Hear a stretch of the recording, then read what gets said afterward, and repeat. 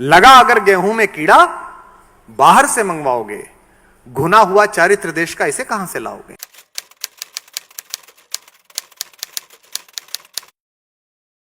पुराने लोग यहां पर बैठे हैं, मुझे कलेजे पे हाथ रख के बताइए सर, अभी आपने बताया आपके पूज्य पिताश्री, उनसे भी पूछिएगा आपको बचपन में क्या कहानियां पढ़ाई गई थी। मेरे बचपन में क्या कहानियां पढ़ाई गई थी, मैं तो ज्यादा पुराना भी नहीं हूं। मेरे बचपन में कहानी पढ़ाई गई थी कि दूसरे का चुराना मत, दूसरे को मारना मत, जीव हिंसा मत करना। अमर चित्रकथा में आपको पढ़ाया गया था महाराणा प्रताप। अमर चित्रकथा में आपको पढ़ाए गए थे छत्रपति शिवाजी, जिनका एक सेनानायक दुश्मन की एक महिला को लूट लाया और कहा कि मैं आपके लिए इस खूबसूरत लड़की को लेकर आया हूं। तो शिवाजी ने उसको डांटा और उनसे कहा कि मैं अपने सेनापति की ओर से क्षमा चाहता हूं, आप बड़ी खूबसूरत हैं, मेरी मां भी आप जैसी सुंदर होती तो मैं भी आप जैसा सुंदर होता। ऐसा कहने वाला शिवाजी पढ़ाया गया। अब आपके बच्चों को क्या पढ़ाया गया? आपके बच्चों ने कौन देखा? आपके बच्चों को सारे वो प्रतीक पढ़ाए गए जो पुरुषार्थहीन हैं। हमें बचपन में क्या पढ़ाया गया? हमें बचपन में पढ़ाया गया गुरु गोविंद सिंह जी के चारों पुत्रों की कहानी, जिन्होंने ईंट ईंट चुनना स्वीकार किया लेकिन झुकना स्वीकार नहीं किया मानवता के नाम पर। आपके बच्चों को क्या पढ़ाया जा रहा है? अब क्या पढ़ाया जा रहा है? फेरी पढ़ाई जा रही है जो अचानक प्रकट होती है, सब काम कर देती है।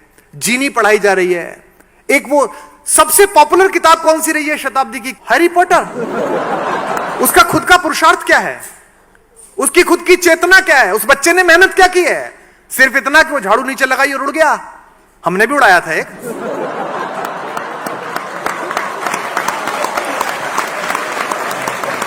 उसमें तो फिर भी पुरुषार्थ था, गली गली मेहनत की थी, भाषण दिए थे, रैलियां की थी। ये तो बिना पुरुषार्थ का हैरी पॉटर। और सीरीज पे सीरीज। यह आश्चर्य का विषय लग सकता है लेकिन बहुत गंभीर है। लगा अगर गेहूं में कीड़ा, बाहर से मंगवाओगे। लगा अगर गेहूं में कीड़ा, बाहर से मंगवाओगे, घुना हुआ चारित्र देश का इसे कहां से लाओगे।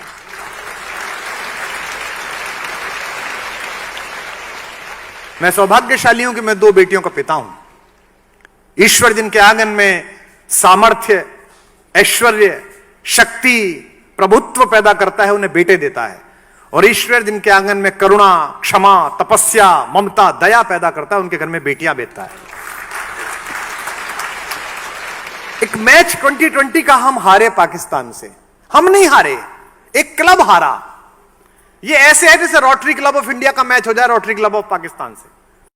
आप बहुत बड़ा संगठन है, सरकारी नहीं है। आप देश की अस्मिता को वहन करते हैं पर आप देश की अस्मिता नहीं है। You are not authorize for that. एक क्लब हार गया।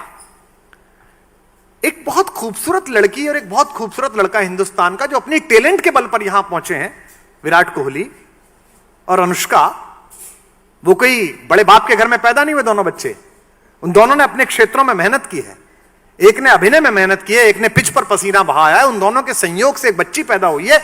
उस बच्ची के लिए थ्रेट देता है एक लड़का। कहीं कोई सीरियस फ्लॉ है कोई, और शर्म इस बात पर करिएगा और इस बात पर दुख मनाइएगा कि वो लड़का कोई मवाली नहीं है, कोई बेपढ़ा लिखा लड़का नहीं है। मेरे और आपके टैक्स के पैसे से वो IIT में पढ़ा है, 60 लाख रुपए साल की नौकरी करता है। यानी कि आप ये भी नहीं कह सकते साहब शिक्षा नहीं हुई थी। साहब इसका मतलब शिक्षा भी हुई थी भाई, अच्छे इंस्टीट्यूट में पढ़े थे भाई साहब। 2-4-5 करोड़ रुपए मैं टैक्स देता हूं, 2-5 करोड़ रुपए आप देते होंगे, उस टैक्स के पैसे से उसे पढ़ाया था। मैच हार गई अगर टीम, तो आप बच्ची का फोटो लगा के थ्रेट दे रहे हैं। इसका मतलब यह है कि आत्मा के खाने में कहीं प्रॉब्लम है। राजनीति से उम्मीद मत करिएगा, वो विश्व में सदा ही ऐसी रही है। वो मनुष्यों का प्रयोग अपनी शक्ति के लिए करती रही है। और मैं मानक रूप से कह सकता हूं, I am an authorised person to say this. I have gone through this.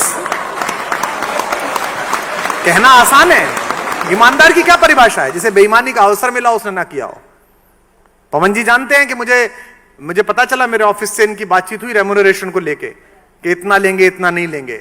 मुझसे बहुत लोग कहते हैं कि साहब आप इतने महंगे क्यों हो, 15-20 लाख रुपए क्यों लेते हो? तो मैं अक्सर अपने सेठ मित्रों से कहता हूं कि तुम क्या चाहते थे मुझसे कि मैंने 2 लाख करोड़ रुपए की 2 साल सरकार चलाई तो उसमें 10,000 करोड़ चुरा लेता और फिर तुमको फंड देता कि आओ मैं रोटरी में मुख्य अतिथि बन के आता हूं, 1 करोड़ तुमको दे देता हूं। इस देश में कोई नहीं पूछता कि आप एक बार विधायक बने थे, 30 साल से आप कैसे घूम रहे हैं इस पजेरों में, हर साल गाड़ी कैसे बदल जाती है। ऐसा कौन सा महान काम आपने किया है? ऐसी कौन सी यूरेनियम की खदान मिल गई है आपको कि पूरे विश्व में बेच रहे हैं आप? ये सदा ऐसे ही चलेंगे। इनके प्रति गुस्सा करिए, नफरत करिए, बदलते रहिए, किसी पार्टी के हो जाइए, किसी के मत होइए, लेकिन मूल जिम्मेदारी आपकी है इस देश की आत्मा को बचाना, इस देश के मन को बचाना। वो जो मन था जो गांव की लड़की को अपनी लड़की मानता था, वो जो मन था कि जो चींटी को आटा खिलाता था, वो जो मन था कि जिसके दरवाजे पर आकर गाय सिर मारती थी और खाना बनाती हुई आपकी मां कहती थी लाली गैया आ गई जरा रोटी दिया, वो मन कहां चला गया? वो थोड़ा बहुत बचा है तो फेसबुक पे पड़ा है, नेकी कर फेसबुक पे डाल, अपने कस्बों में करें। अभी समस्या क्या हो गई है? धर्म का मतलब, आध्यात्म का मतलब, गीता का, रामायण का, वेद का मतलब बुजुर्ग लोग, बूढ़े लोग, उनको धर्म की इतनी आवश्यकता नहीं है, क्योंकि धर्म को अप्लाई जिस फील्ड में करोगे वो तो जवान को चाहिए, वो तो युवा आदमी को चाहिए। तो आप सबके इस फाउंडेशन में नींव जो आपने कार्यक्रम रखा है, इसकी नींव में मनुष्यता का और भारतीयता का जल मिलाइए। जैसे नींव में नीचे जब घर में नींव पूजन होता है तो वो छोटा सा कछुआ रखा जाता है ना, चांदी का, एक सांप रखा जाता है, पंडित जी कहते हैं।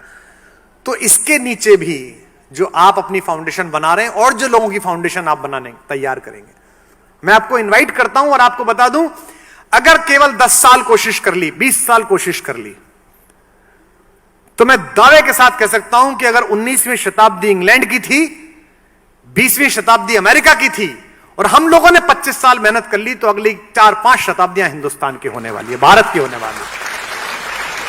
क्योंकि सपने जीने वाला देश है, युवाओं का देश है, चिंता करने वाला देश है। अब तो साइंस भी कहती है कि लॉजिक और मैथमेटिक्स ब्रेन की जिस सेल से एक्टिवेट होते हैं उसके लिए बेस्ट एटमॉस्फेयर इंडिया में है। इसलिए वो क्या कह रहे हैं आपसे, स्कूलों में से मैथमेटिक्स हटा दीजिए। मैं एक सूचना आपको और दे दूं चलते चलते, अभी मैंने पहली क्लास से लेके 8वीं क्लास तक की हिंदी की किताब लिखी, तो कुछ ज्ञानियों ने मुझे कहा कि आपने 8 किताबें लिखी, इतनी मेहनत करी क्यों की? इससे तो आप कोई और किताब लिखते, रॉयल्टी में 5 करोड़ 10 करोड़ रुपए मिलते, इसमें तो कुछ मिलेगा नहीं, स्कूलों में भेजेंगे इनको।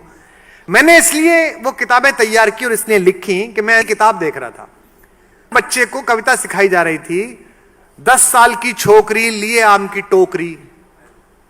Have you heard that? देती नहीं आम है, बताती नहीं दाम है। एक छोटे बच्चे को आप सिखा रहे हैं कि लड़की को छोकरी कहा जाता है। एक बुढ़िया का फोटो था, उस पर लिखा था कि बुढ़िया दादी दिन भर बकबक करती, काम नहीं है कुछ भी करती दादी। आप क्या सिखा रहे हैं? फिर उसके बच्चे भी इस दिन आपके लिए कहेंगे कि दादी दिन भर बकबक करती, फिर आप कहेंगे बच्चों को कुछ सिखाया नहीं है, क्योंकि आत्मा का इंटेक ही दूषित कर दिया। और मैंने इतनी रिसर्च की जी, इतना ज्यादा मैंने शोध किया कि मैंने एक छोटी सी कविता लिखी कि गर्मी में टिंकू दादी के घर से बीज घिए का लाया, आंगन के कोने में उसने जाकर बीज दबाया, पूरे घर ने मिलकर उसको खाद और पानी पिलवाया। ऐसी मैंने कविता लिखी। और रात को सोचे सोचते मैंने सोचा ये तो गलत लिख दिया, दादी कैसे लिख दिया? अगर टिंकू दादी के घर गर्मियों की छुट्टी में जा रहा है, इसका मतलब दादी कहीं और रहती है और टिंकू मम्मी पापा के साथ कहीं और रहता है, ये तो गलत संदेश है। तो फिर मैंने उसको सही करवाया कि छुट्टी में नानी के घर से, क्योंकि नानी तो फिर भी मामा के साथ रह लेगी, दादी तो बाप के साथ रहनी चाहिए। अगर दादी बाप के साथ नहीं रहती फिर कैसा घर है? मुझे पता नहीं कितने स्कूल इसे स्वीकार करेंगे, कितनी जगह जाएगी, लेकिन मैंने उस प्रकाशक को कहा है कि मैं समाजशास्त्र की भी लिखूंगा, संस्कृत की भी लिखूंगा, इंग्लिश की भी लिखूंगा, 8वीं तक की तो लिख ही सकता हूं। और उसमें विशेष रूप से मनोवैज्ञानिकों का परामर्श लिया कि क्या लिखा जाना चाहिए, क्या क्या इसमें चित्र बनने चाहिए, क्योंकि हमारे बचपन से ही हमारी जवानियां प्रभावित हैं और हमारी जवानियों से हमारे बुढ़ापे प्रभावित हैं। तो अगर बचपन में आपने बीज सही लगा दिया, सीड सही लगा दिया, युवक के अंदर सही लगा दिया, तो सब कुछ अच्छा हो जाएगा।